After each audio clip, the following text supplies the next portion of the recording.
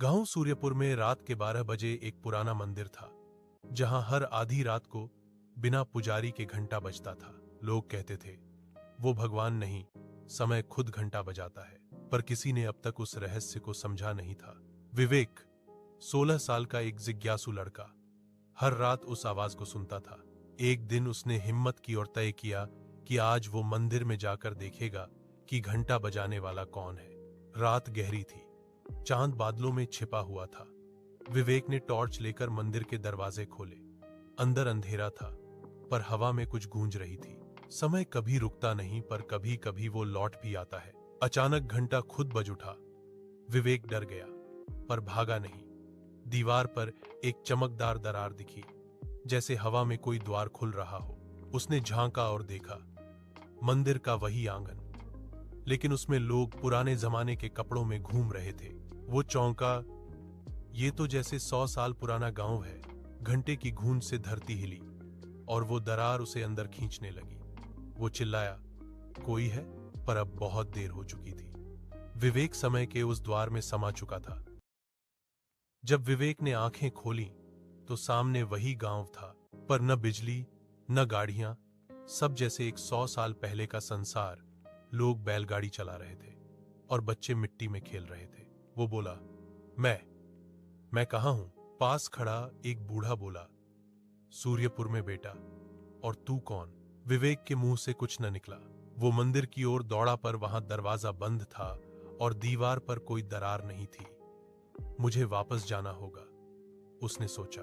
तभी एक लड़की मिली, गौरी, जो फूल बेच रही थी। उसने कहा, तुम अजनबी लगते हो, कुछ खोज रहे हो? विवेक ने कहा, हां, मुझे अपने समय में लौटना है। गौरी हंसी, अगर समय में खोए हो तो पहाड़ की गुफा जाओ, वहां समय बाबा सब जवाब देते हैं। रात को विवेक चुपके से उस गुफा की ओर चला। अंदर अंधेरा था, लेकिन बीच में एक नीली लौ जल रही थी। वो लौ हिली और उसकी आकृति एक वृद्ध साधु में बदल गई। आ गए तुम, भविष्य के बालक, साधु बोला। अब जो द्वार खुला है वो तभी बंद होगा जब तुम वो काम पूरा करोगे जो 100 साल पहले अधूरा रह गया था। विवेक चौंका, कौन सा काम? साधु ने उत्तर नहीं दिया, बस कहा, समय का हरण कोई नहीं टाल सकता। विवेक उस साधु को ध्यान से देख रहा था। उसके चारों ओर नीली लौ घूम रही थी, जैसे हवा भी उसे छूने से डर रही हो। साधु बाबा, कौन सा अधूरा काम? विवेक ने पूछा। साधु ने आंखें बंद की। 100 साल पहले सूर्यपुर में एक शाप दिया गया था। एक राजा ने लालच में समय का द्वार खोलने की कोशिश की थी, पर द्वार खुलने से पहले ही वो मर गया। और तब से हर 100 साल में कोई बच्चा उस द्वार में खिंच जाता है ताकि उस गलती को सुधारे। विवेक की रूह कांप गई। मतलब, मैं उस राजा की गलती सुधारने आया हूं? साधु ने सिर हिलाया। हां, लेकिन तुम्हारे पास बस 7 दिन है। 7वें दिन जब घड़ी 12 बजेगी, समय का द्वार फिर खुलेगा।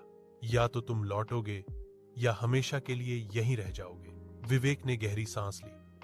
मुझे क्या करना होगा? साधु बोला, तुम्हें राजमहल में जाकर उस ताले को खोजना होगा जो कभी खोला नहीं गया। उसी में वो शक्ति बंद है जो समय को संतुलित करती है। रात ठंडी थी। विवेक गुफा से बाहर आया तो गौरी इंतजार कर रही थी। उसने कहा, मैं जानती थी तुम वापस आओगे। चलो, मैं तुम्हें राजमहल का रास्ता दिखाती हूं। चांद की रोशनी में दोनों पहाड़ी रास्ते से गुजरे। दूर धुंध के पार एक काला महल चमक रहा था। गौरी ने धीरे से कहा, वही है समय का रहस्य। गौरी बोली, ये प्रतीक कहते हैं जो सच देखेगा वही लौटेगा। विवेक ने मशाल उठाई और अंदर कदम रखा। अंदर की हवा ठंडी थी और दीवारों पर चित्र बने थे। एक राजा जो समय के द्वार के सामने खड़ा था। विवेक ने देखा, उस चित्र में राजा के चेहरे पर उसकी जैसी ही आंखें थीं। वो चौंक गया, क्या मैं उसी राजा से जुड़ा हूं? अचानक दरवाजा अपने आप बंद हो गया। माहौल में गूंज उठी, विवेक। वो आवाज न मानवी थी न देवत्व की। फर्श पर एक घड़ी खुद ब खुद घूमने लगी। घंटे की सुई उल्टी दिशा में चल रही थी और दीवार पर अंक उभरने लगे। 7, 6, 5। विवेक समझ गया, यह समय की उल्टी गिनती है। वह भागा, कमरे से कमरे तक खोजता रहा। अंत में उसे एक पुराना दरवाजा मिला जिस पर ताला लगा था। ताले पर लिखा था, बलिदान ही कुंजी है। विवेक ने सोचा, मुझे क्या बलिदान देना होगा। तभी पीछे से गौरी आई और बोली, शायद मुझे। वो मुस्कुराई, मैं असल में इस समय की रखवाली हूं विवेक, मेरा अस्तित्व इस द्वार से जुड़ा है। विवेक चौंका, मतलब तुम असली नहीं? नहीं, उसने कहा, मैं उस राजा की बेटी की आत्मा हूं जो तुम्हारे आने का इंतजार कर रही थी। गौरी की आंखों में आंसू थे, लेकिन मुस्कान भी थी। राजा ने मुझे बचाने के लिए द्वार खोला था, पर उसके लालच ने समय को तोड़ दिया। अब अगर मैं लौट जाऊं तो संतुलन वापस आएगा। विवेक चिल्लाया, नहीं, मैं तुम्हें खो नहीं सकता। गौरी ने कहा, समय किसी का नहीं होता विवेक, तुम्हें लौटना होगा, क्योंकि अब तुम भविष्य का रक्षक हो। उसने अपनी हथेली विवेक के हाथ पर रखी। अचानक ताला चमका और खुद खुल गया। अंदर एक सुनहरी घड़ी थी जिसकी सुई रुकी हुई थी। गौरी बोली, जब ये फिर चलेगी तुम अपने समय में पहुंच जाओगे। विवेक की आंखों से आंसू बहे। गौरी बोली, अगर तुम सच में मुझे याद रखोगे तो मैं हर सुबह की हवा में रहूंगी। उसने आखिरी बार मुस्कुराकर कहा, अब जाओ। नीली रोशनी फैली और गौरी हवा में विलीन हो गई। घड़ी चल पड़ी, टिक टिक टिक। विवेक अंधेरे में समा गया। विवेक ने आंखें खोली, वह फिर मंदिर में था। घंटा बज रहा था और दीवार की दरार चमक रही थी, पर अब मंदिर नया था, टूटा नहीं। गांव वाले दौड़े, कौन हो तुम? विवेक ने इधर उधर देखा, वही सूर्यपुर, पर सब कुछ बदल चुका था। मंदिर के सामने उसकी एक मूर्ति थी, उस पर लिखा था, विवेक जिसने समय को बचाया। वो घबराया, मतलब मैं इतिहास बन गया हूं? तभी हवा में आवाज आई, समय कभी खत्म नहीं होता, बस रूप बदलता है।